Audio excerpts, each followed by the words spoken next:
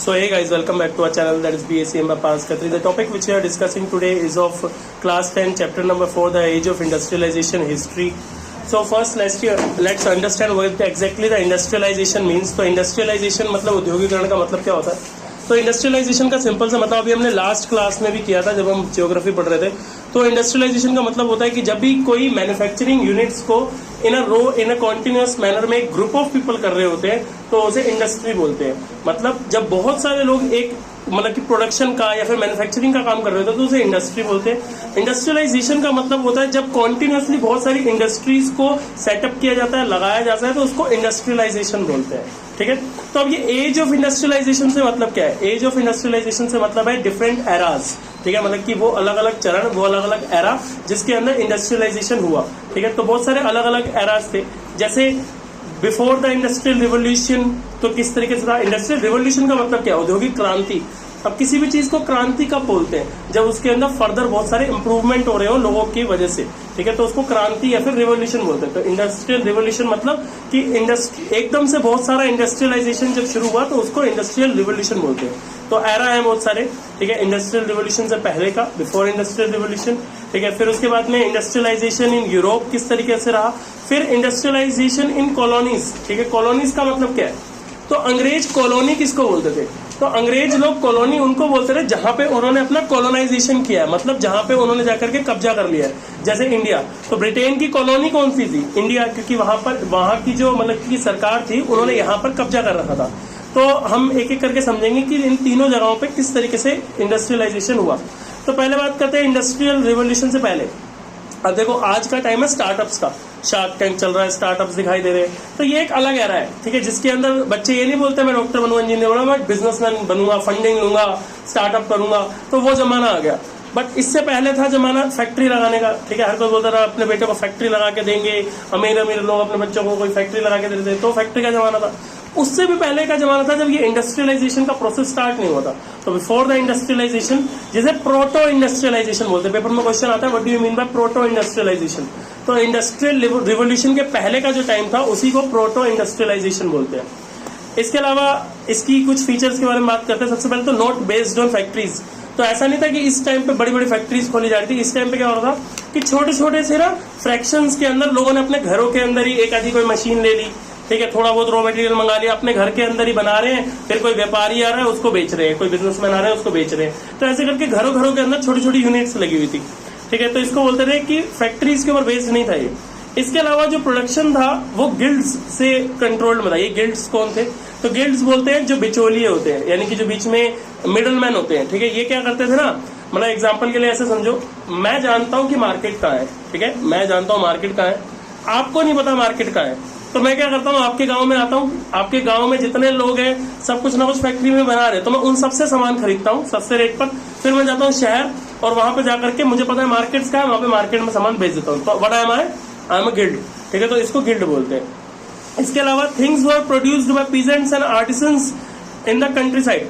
तो पीजेंट्स और आर्टिसंस जो है वो ज्यादातर प्रोडक्ट्स बनाते थे. पीजेंट्स मतलब किसान, और आर्टिसंस से मतलब क्या है, आर्टिसंस से मतलब है जो कलाकार होते थे. ठीक है. तो कलाकार और जो मतलब कि आप कह सकते हो कि जो पीजेंट्स थे यानी कि किसान थे, ज्यादातर प्रोडक्ट्स वही बना रहे थे.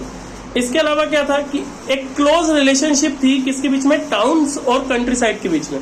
तो यानी कि क्या था कि कंट्री साइड पे यानी कि गांव के अंदर, छोटे इलाकों के अंदर सामान बन रहा था और बड़े शहरों के अंदर जाकर के बिक रहा था. तो एक रिलेशन बना रखा था. अब बात करते हैं इंडस्ट्रियलाइजेशन इन यूरोप की.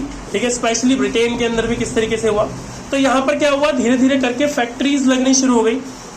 तो इंडस्ट्रियल जो चेंज था उसकी पेस बहुत तेज होने लग गई. मतलब बहुत तेजी से हमारे देखते ही देखते एक इंडस्ट्री से 2 इंडस्ट्री, 4 इंडस्ट्री, 20 इंडस्ट्री होने लगी. तो जो इंडस्ट्रियलाइजेशन की जो पेस थी वो बहुत तेज हो गई. इसके अलावा हैंड लेबर और स्टीम पावर का ज्यादा इस्तेमाल हो रहा था. हैंड लेबर का मतलब क्या है कि लेबर इंटेंसिव टेक्निक्स का इस्तेमाल हो रहा था. मतलब ज्यादा से ज्यादा सामान जो है वो हाथों से बनाया जा रहा था, मेहनत से बनाया जा रहा था. और साथ ही में अगर थोड़ी बहुत कोई मशीनरी चल भी रही थी तो वो स्टीम पावर्ड थी, यानी कि उसके अंदर कोयला डाल के भाप बना के, तो भाप वाले मशीन्स चल रही थी, स्टीम से चल रही थी मशीन्स. इसके अलावा life of workers in England. तो इंग्लैंड में लोगों की, वर्कर की जो लाइफ थी वो बहुत ही ज्यादा पैथेटिक होती चली जा रही थी. पैथेटिक मतलब बहुत ही बुरी हालत होती चली जा रही थी. क्यों होती थी ऐसे समझिए. एकदम से तो पहले लोगों के पास में काम नहीं, लोग बिल्कुल वेले घर में बेरोजगार बैठे हैं, अनएम्प्लॉयड बैठे हैं। एकदम से इंडस्ट्रीज लगनी शुरू हो गई, तो सारे लोग इंडस्ट्रीज में काम करने लग गए। तो हुआ क्या, अब लोग तो लिमिटेड ही हैं, ठीक है, लोग तो लिमिटेड ही हैं काम करने के लिए। तो हुआ क्या, अब मेरे को दिखाई दे रहा है यार मेरे फैक्ट्री में लोगों की जरूरत है, और लोग आकर के घर में बोलते रहे कि यार मेरी वाइफ तो घर में खाली बैठी है, इसको भी ले चलो काम पे। देखते रहे घर में बच्चे खाली बैठे हैं, इनको भी ले चलो काम पे। तो ऐसी हालत हो गई थी वहां पे कि छोटे छोटे बच्चे भी फैक्ट्रियों में काम कर रहे थे। क्यों कर रहे थे, क्योंकि काम इतना जा रहा था, तो लोग लालच में आके बच्चों को स्कूल कॉलेज भेजने के बजाय काम पर भेज रहे थे, ठीक है। तो इस तरीके का एरा वहां पर आ गया था। इसके अलावा कॉलोनीज के अंदर कैसा इंडस्ट्रियलाइजेशन था, कॉलोनी किसको बोलते हैं, अभी बताया था, जहां पर अंग्रेजों ने या फिर जो ब्रिटिशर्स ने अपना कब्जा जमाया, जैसे कि इंडिया, अफ्रीका। तो कॉलोनीज में किस तरीके से इंडस्ट्रियलाइजेशन हुआ, तो सबसे पहले तो एज ऑफ इंडियन टेक्सटाइल। तो सबसे पहला जो इंडस्ट्रियलाइजेशन का फर्क पड़ा वो पड़ा इंडियन टेक्सटाइल इंडस्ट्री के ऊपर। टेक्सटाइल इंडस्ट्री मतलब कपड़े की जो इंडस्ट्री थी उसके ऊपर सबसे पहला फर्क पड़ा। कैसे, आप देखो, सबसे पहले इंडिया की जो ऑथेंटिक थी ना, वो क्या थी, वो थी खादी, ठीक है। तो खादी से जो हमारा शिफ्ट हुआ कॉटन की तरफ, फिर उसके बाद में आज सिंथेटिक और ये सब जो रेयन, नायलॉन, लाइक्रा, इतने अलग अलग टाइप के जो मतलब कि हमारे पास में फैब्रिक्स आते हैं, वो कैसे आए, इंडस्ट्रियलाइजेशन की वजह से। तो सबसे पहली इंडस्ट्री जिसके अंदर इंडस्ट्रियलाइजेशन इंडिया में हुआ वो कौन सी थी, टेक्सटाइल इंडस्ट्री। दूसरा क्या था, इंडियन वीवर्स की कंडीशन को समझना बहुत जरूरी है 18th सेंचुरी के अंदर। अब हो क्या रहा था ना कि वीवर्स को ना बुनकर, जो हाथ से बुन के सामान बना रहे थे। अब आप एक लॉजिक समझिए, आज मैं आपको 2 ड्रेसेस दिखाऊं, ठीक है। एक ड्रेस है जो कि हैंड वीवन है, ठीक है, उसका एक एक नग एक कारीगर ने अपने हाथ से लगाया है। उसके अंदर इतने सारे लहंगे होते हैं ना, बड़े बड़े ब्राइडल लहंगे, उसके अंदर पूरा एक एक नग जो है वो एक आदमी ने अपने हाथ से लगाया, उसको बनने में कम से कम 4 महीने लग गए। एक दूसरा लहंगा है जिसके ऊपर फिर से नग लगे हुए हैं, कढ़ाई करी हुई है, सब कुछ किया हुआ है, एम्ब्रॉयडरी की हुई है, लेकिन वो सब कुछ मशीन से हुआ है। आपके हिसाब से सस्ता कौन सा होगा, मशीन वाला, बट ऑब्वियस, ठीक है। क्यों, क्योंकि मशीन में हुआ काम एक तो क्विक होता है, ठीक है, दूसरा क्या है कि उसके अंदर उतनी लेबर नहीं लगती, उतनी मेहनत नहीं लगती। लेकिन जो काम हाथ से होता है उसमें बहुत मेहनत लगती है। यही सेम कंडीशन हो रही थी इंडियन वीवर्स के साथ में, इंडियन बुनकर्स के साथ में यही प्रॉब्लम थी। क्यों, वो इतनी मेहनत करके, बुनाई करके एक एक पूरे दिन में एक इतना सा पीस तैयार कर रहे हैं, ठीक है, एक कपड़े का पीस तैयार कर रहे हैं। वही फैक्ट्री लगाने से क्या हुआ, इतना छोड़ो, एक दिन में इतने पीस बन के आ रहे हैं, और उससे भी 1/4 रेट पर तैयार हो रहे हैं। बुनकर अगर मान लो कि वो इतने से पीस को 100 रुपए में बेच रहा है, चलो मैं ऐसे ही नॉर्मल रेट बोल रहा हूँ, तब का रेट अलग था, मान लो इतना सा पीस 100 रुपए में बेच रहे हैं, तो फैक्ट्री वाले उसी को 20 रुपए में बना के बेच रहे हैं। तो व्यूअर्स का क्या होगा, लोग खरीदेंगे क्या व्यूअर्स से, नहीं खरीदेंगे, ठीक है, क्योंकि ऑब्वियसली देखो हर कोई सस्ते के पीछे भागता है। तो सस्ता सामान जब अवेलेबल है तो महंगा कोई लेगा नहीं। तो इसीलिए इंडियन व्यूअर्स की हालत बहुत ही खराब हो गई थी, ठीक है, यहाँ तक कि उनको फांसी तक लगाने की नौबत आ गई थी। कई सारे व्यूअर्स ने अपनी जान दे दी थी उस चक्कर में। इसके अलावा फैक्ट्रीज धीरे धीरे इंडिया में आने लगी, ठीक है, और इंडिया की ग्रोथ का रास्ता चालू हो गया, ठीक है। अब लेकिन क्या था कि क्योंकि अंग्रेज लाए थे इंडस्ट्रीज को, तो उन्होंने ना क्या किया, उन्होंने सिर्फ इंडिया को रॉ मटेरियल तक सीमित रखा। उन्होंने इंडिया से बोला कि ना आप सिर्फ रॉ मटेरियल बनाने पे ध्यान दो, ठीक है, यहाँ पर फैक्ट्रियां लगा लो, कोई प्रॉब्लम नहीं है, लेकिन सिर्फ रॉ मटेरियल की फैक्ट्री लगाओ। तो अगर आप सिर्फ रॉ मटेरियल की फैक्ट्री लगाओगे तो वो क्या करते थे, आपसे सस्ते में रॉ मटेरियल खरीद लेते, फिर उसे ब्रिटेन ले जाते थे, वहां पे अपनी फाइनल गुड की फैक्ट्री में उसी रॉ मटेरियल से, उसी कच्चे माल से प्रोडक्ट बनाते थे, और फिर वापसी उसी प्रोडक्ट को इंडिया ला करके यहाँ पे महंगे तरफ से बेचते थे। तो इसे बोलते हैं डबल एक्सप्लॉयटेशन। तो इंडियंस का डबल एक्सप्लॉयटेशन किया उन्होंने, दोहरा जो है वो एक तरीके से शोषण किया। कैसे, तुमसे सस्ते में रॉ मटेरियल ले गए, उसी रॉ मटेरियल से जब फाइनल प्रोडक्ट बना के लाए तो तुमको महंगे में दे दिया। तो डबल एक्सप्लॉयटेशन कर रहे थे वो लोग इंडियन फार्मर्स का, ठीक है ना। इतनी बात समझ में आई। फिर क्या था, मार्केट फॉर गुड्स। तो जो गुड्स की मार्केट थी वो धीरे धीरे बढ़ रही थी, ठीक है, धीरे धीरे जो है वो मार्केट जो है वो बढ़ती चली जा रही थी। लोग जो है वो कंज्यूमर प्रोडक्ट समझ रहे थे, लोग जो है वो इम्पोर्टेड प्रोडक्ट्स को समझ रहे थे, ब्रांड्स को समझ रहे थे, धीरे धीरे चीजें जो है बढ़ रही थी। अब बात करते हैं कि जो फैक्ट्रीज इंडिया के अंदर आने लगी उस तरीके से, तो सबसे पहले जो अर्लीस्ट फैक्ट्रीज आई थी वर्ल्ड के अंदर वो कहां पर आई थी, सबसे पहले इंग्लैंड के अंदर आई थी 1730s के अंदर। और जो फर्स्ट सिंबल था न्यू एरा का वो कॉटन को माना जाता है। क्यों, क्योंकि कॉटन ही वो सबसे इजीएस्ट चीज थी जिसका सबसे पहले प्रोडक्शन शुरू हुआ फैक्ट्रीज में। इसके अलावा जो है वो बहुत सारी नई नई इन्वेंशंस होती रही, बहुत सारे चेंजेस होते रहे, जिसकी वजह से बार बार जो मतलब कि इंडस्ट्रियल रिवोल्यूशन था, औद्योगिक क्रांति थी, वो आती चली गई। जो प्रोसेसेस थे, ठीक है, प्रोडक्शन को लाने के under one roof of the management आने लगे।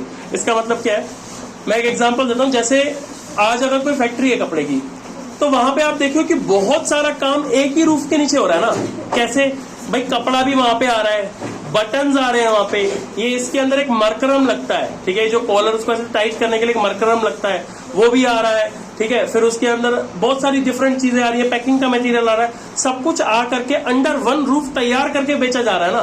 तो इसको सारे डिफरेंट प्रोसेसेस को अंडर वन रूफ लाना भी इंडस्ट्रियल रिवोल्यूशन, ठीक है।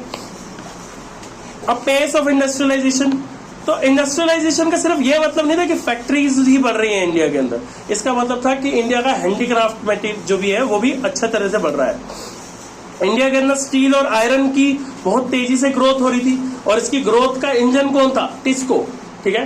टिस्को मतलब टाटा इंडस्ट्रियल स्टील, ठीक है ना, कंपनी, ठीक है, ऑफिस या फिर कंपनी कॉर्पोरेशन। तो ये जो थे टाटा स्टील सबसे पहले इंडिया में आया, इसको आगे ग्रोथ का एक तरीके से इंजन बना इंडियन इंडस्ट्री का। अब क्या था, धीरे धीरे बहुत सारी इंडस्ट्रीज तो इंडिया में आ रही थी, लेकिन फिर भी इंडिया एक एग्रेरियन इकोनॉमी बनी रही। एग्रेरियन इकोनॉमी का मतलब क्या होता है, वो इकोनॉमी जो कि एग्रीकल्चर पर बेस्ड हो, ठीक है। मतलब जिस इंडस्ट्री में, जिस कंट्री में ज्यादातर लोग एग्रीकल्चर में जुड़े हो, उसको एग्रेरियन इकोनॉमी बोलते हैं। तो इतनी सारी इंडस्ट्रीज इंडिया में लगने के बाद भी सिर्फ 20% पॉपुलेशन इंडिया की फैक्ट्री में काम कर रही थी, बाकी 80% किस में काम कर रही थी, या तो सर्विस सेक्टर में या फिर एग्रीकल्चर में, ठीक है।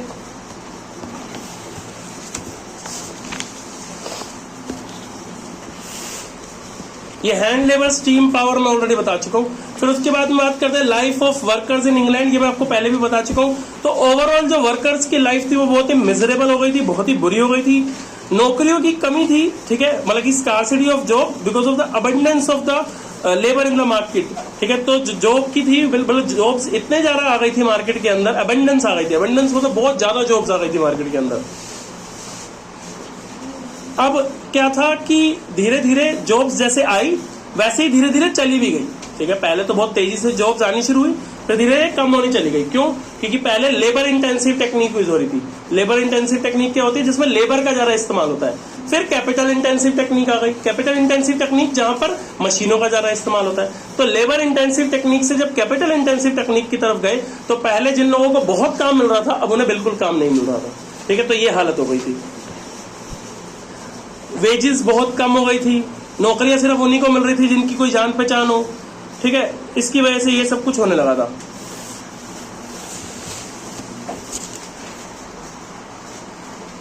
इंडियन टेक्सटाइल की अगर हम बात करें, तो इंडियन टेक्सटाइल के अंदर क्या था कि मशीन इंडस्ट्रीज के आने से पहले 1750 से पहले जो है वो सिल्क, कॉटन, ये सब जो है वो मतलब इंडिया का सिल्क और इंडिया का कॉटन, ये तो ऐसी चीज थी जो कि इंटरनेशनल मार्केट में जिनकी बहुत डिमांड थी।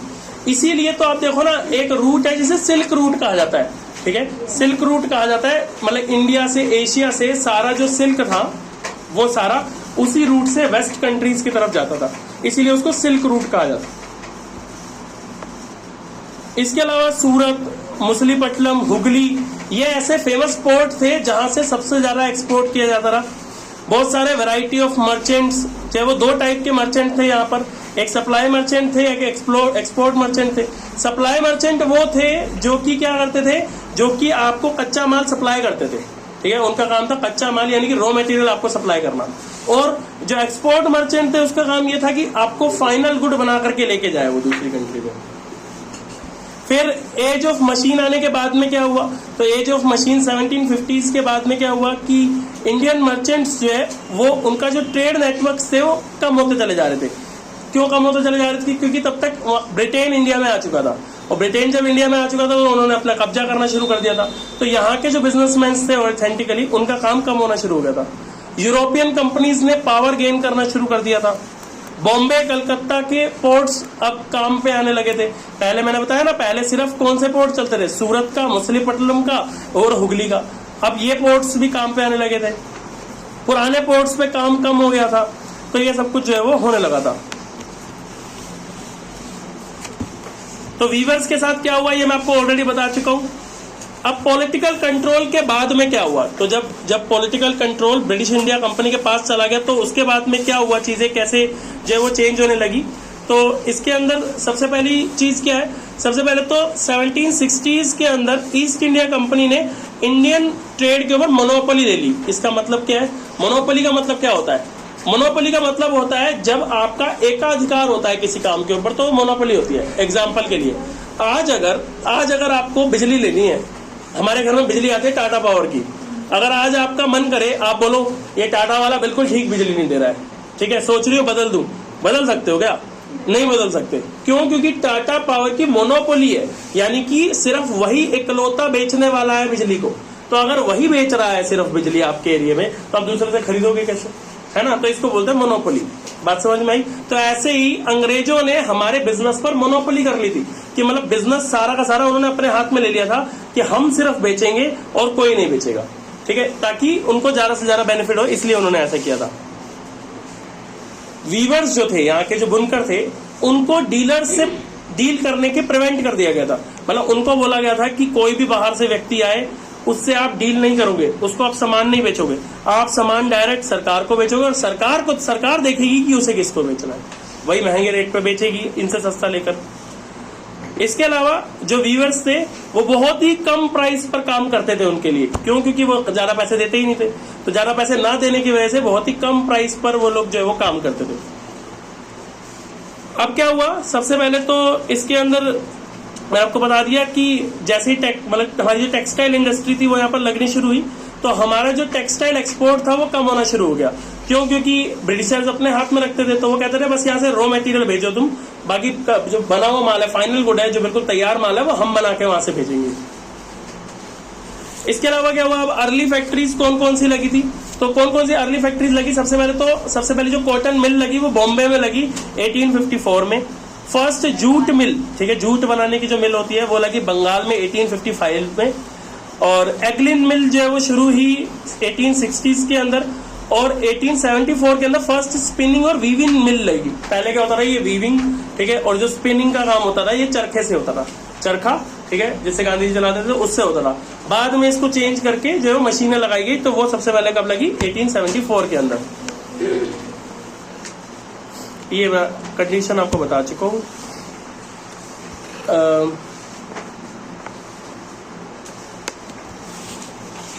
ये नहीं करना है। स्मॉल स्केल इंडस्ट्रीज की बात करते हैं। स्मॉल स्केल इंडस्ट्रीज होती क्या है? स्मॉल स्केल इंडस्ट्रीज से मतलब होता है ऐसी छोटी लघु उद्योग, छोटे बिजनेसेस जो कि घर मोहल्ले में लगा दिए जाए, ठीक है। इनका काम क्या होता है वो समझिए। अब आज एक चीज समझिए कि अगर आज पॉसिबल है क्या कि हमारे को अगर मान लीजिए कि एक छोटी से छोटी चीज चाहिए हो, ठीक है, आज अगर आपको एक मोची चाहिए तो उसके लिए क्या कोई ब्रांड के पास जाएंगे क्या, कोई शोरूम में जाएंगे क्या? नहीं ना, अपने आसपास कई लोकल मोची को देखेंगे और उसी से काम करा लेंगे। यानी कि जहां पर सुई की जरूरत है वहां तलवार काम नहीं आती, है ना। तो इसी तरह से जहां पर कोई लोकल बिजनेसेस की जरूरत है वहां पर ब्रांड्स काम नहीं आते। इसीलिए सबसे बढ़िया चीज वही होती है जो आपको कहीं आसपास से मिल जाए, ठीक है ना, सबसे बढ़िया चीज वही होती है। तो इसीलिए इसी सोच के साथ में स्मॉल स्केल इंडस्ट्रीज की शुरुआत की गई। इनको सरकार सपोर्ट देती है, सरकार इनका साथ देती है। क्यों देती है? कि सरकार को पता है कि इससे बहुत बड़ी एक प्रॉब्लम सॉल्व होती है, एक नहीं 2 प्रॉब्लम सॉल्व होती है। कैसे? एक प्रॉब्लम तो क्या है, आज देखो एक बच्चा है, वो भी पढ़ाई करके हटा है, तो वो क्या सोचेगा, नौकरी मिल जाए। तो अगर उसे नौकरी नहीं मिलेगी तो अनएम्प्लॉयड रहेगा, गरीब रहेगा, घर परिवार नहीं चला पाएगा। प्रॉब्लम सरकार के लिए प्रेशर की एक और अनएम्प्लॉयड हो गया।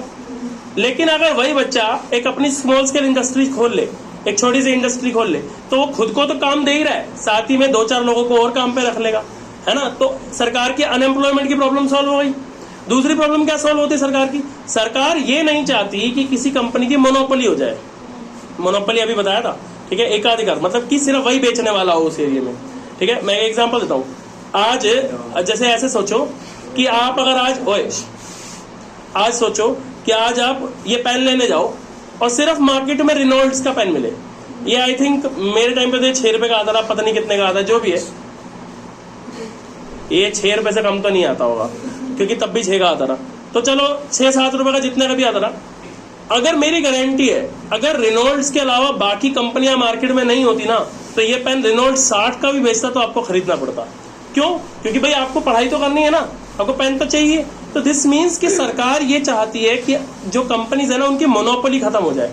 ऐसा ना हो कि एक प्रोडक्ट बनाने वाली सिर्फ एक ही कंपनी हो। क्यों? क्योंकि फिर वो उस चीज को महंगा बेचेगी वरना। तो इसीलिए सरकार क्या चाहती थी कि ऐसी छोटी छोटी इंडस्ट्रीज लगे, स्मॉल स्केल इंडस्ट्रीज लगे, जिनसे कि मोनोपोली बिल्कुल खत्म हो जाए। तो हमारी जो टोटल इस वक्त इंडस्ट्रीज का लगभग 5 to 10% जो है वो ये स्मॉल स्केल इंडस्ट्रीज से आता है। इनके अंदर क्या होता है, साथ ही में बहुत सारी छोटी छोटी इन्वेंशंस भी होती रहती हैं, ठीक है ना। और ये छोटी छोटी इन्वेंशंस की वजह से क्या होता है, जैसे मैंने अभी शार्क टैंक पे एक बहुत बढ़िया प्रोडक्ट देखा। वो प्रोडक्ट क्या था?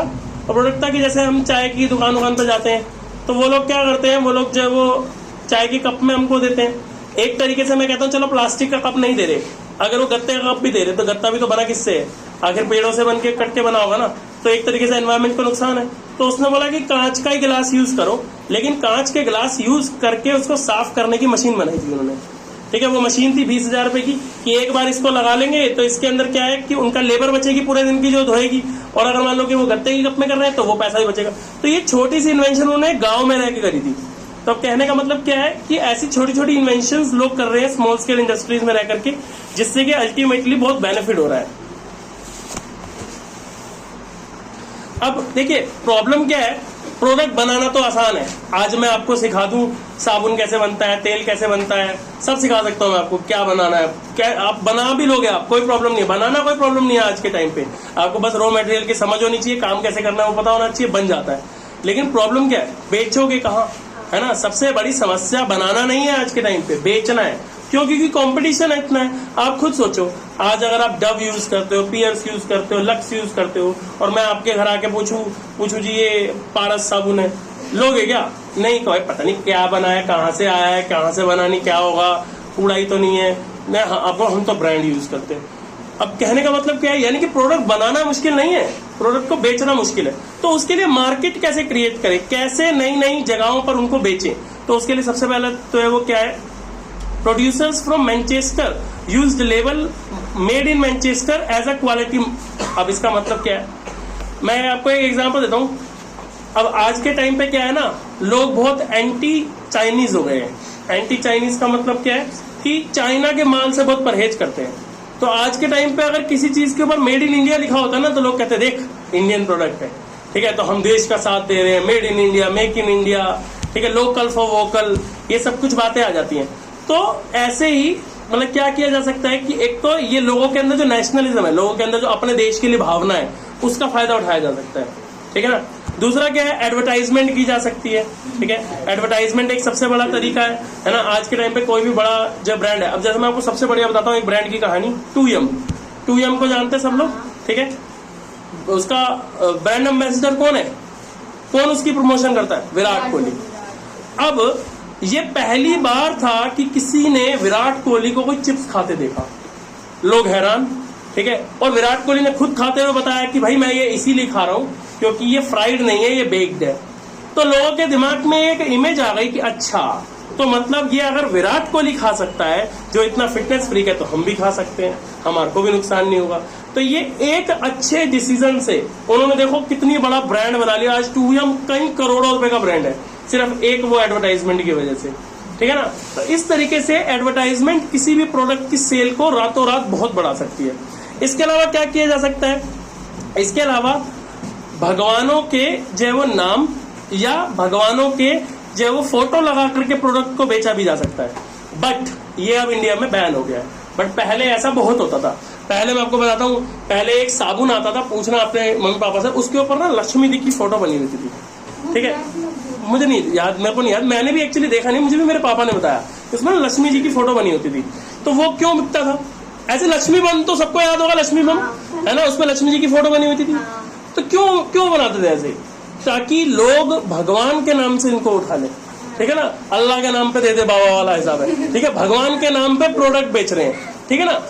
पी के देखी होगी, मुंह पे लगा लिया। तो कहने का मतलब क्या है, कहने का मतलब ये है कि जब आप भगवान का नाम या भगवान की कोई फोटो यूज करते हो, आपने देखा होगा ज्यादातर आप बोर्ड पे देखते चले जाओ, आपको बहुत दिखेंगे श्री राम ये, श्री राम वो, कृष्ण ये, कृष्ण वो, ठीक है ना, कृष्ण वाटिका, श्री राम भवन, ठीक है। कितने सारे हैं भगवानों के नाम पे, क्यों लगते हैं लोग? अब इसका मतलब ये नहीं कि वो आस्था के लिए, अट्रैक्ट करने के लिए, कस्टमर्स को अट्रैक्ट करने के लिए कि लोग भगवान के नाम पे आते हैं, बात समझ में? इसके अलावा कैलेंडर्स, ठीक है, तो लोग बहुत सारे कैलेंडर्स बनाते हैं, ठीक है, कैलेंडर बना करके अगर सोचो मैं आप सबको दे दूं तो क्या करोगे आप लोग? कैलेंडर बना करके अपने घर में लगा लोगे? मुकेश ज्वेलर है पीछे, देता है कैलेंडर, है ना? क्यों देता है वो इसलिए नहीं देता कि आप उसके कस्टमर हो, वो इसलिए देता है क्योंकि उसे पता है कि जब आप इसे अपने घर में लगाओगे तो आपके घर में 100 तरीके के लोग आएंगे पूरे साल भर में, तो वो जब वो कैलेंडर को देखेंगे तो उससे उसकी प्रमोशन होगी और उसे याद रहेगा मुकेश ज्वेलर है कोई। बात समझ में आई? तो इस तरीके से नेक्स्ट इज कि इसके अलावा क्या होता है, इसके अलावा न्यूज़पेपर मैगजीन्स में क्या दिया जाता है? एडवर्टाइजमेंट दी जाती है। तो न्यूज़पेपर मैगजीन्स क्या, अब ये कम हो गया है, अब इसकी जगह आप सोशल मीडिया डाल सकते हो। आपको पता ना, आज आप चाहो तो सोशल मीडिया में किसी भी ब्रांड को प्रमोट कर सकते हो, किसी ब्रांड को बड़ा कर सकते हो, तो वो सब किया जा सकता है एक प्रोडक्ट को बेचने के लिए। तो ये सब कुछ जो है वो डेट्स हैं वो आप याद कर लेना, ठीक है। So that's all about this chapter. If you have any doubt you can always ask us in the comment section. Thank you so much.